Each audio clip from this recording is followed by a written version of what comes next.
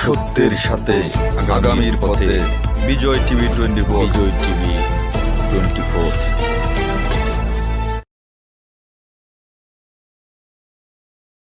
জাতীয় crime reporters society CRS এর চট্টগ্রাম শাখার ইফতার মাহফিল অনুষ্ঠিত হয়েছে গত 22 মার্চ 2025 খ্রিস্টাব্দ শনিবার চট্টগ্রাম নগরীর এক অভিজাত রেস্তোরাঁর সম্মেলন কক্ষে অনুষ্ঠিত হয়। সোসাইটির চট্টগ্রাম কমিটির সভাপতি, ফ্যাসিবাদ বিরোধী আন্দোলনের অন্যতম সাংবাদিক নেতা মো. আজম খানের সভাপতিত্বে অনুষ্ঠিত ইফতার মাহফিল। উক্ত ইফতার মাহফিল প্রধান অতিথি হিসেবে উপস্থিত ছিলেন বাংলাদেশ প্রেস কাউন্সিল ও world association of press council নির্বাহী পরিষদের সাবেক সদস্য, চট্টগ্রাম প্রেস ক্লাব শৃঙ্খলা ও ব্যবস্থাপনা কমিটির আহ্বায়ক বীর মুক্তিযোদ্ধা প্রবীণ সাংবাদিক নেতা মঈনুদ্দিন কাদেরী শওকত।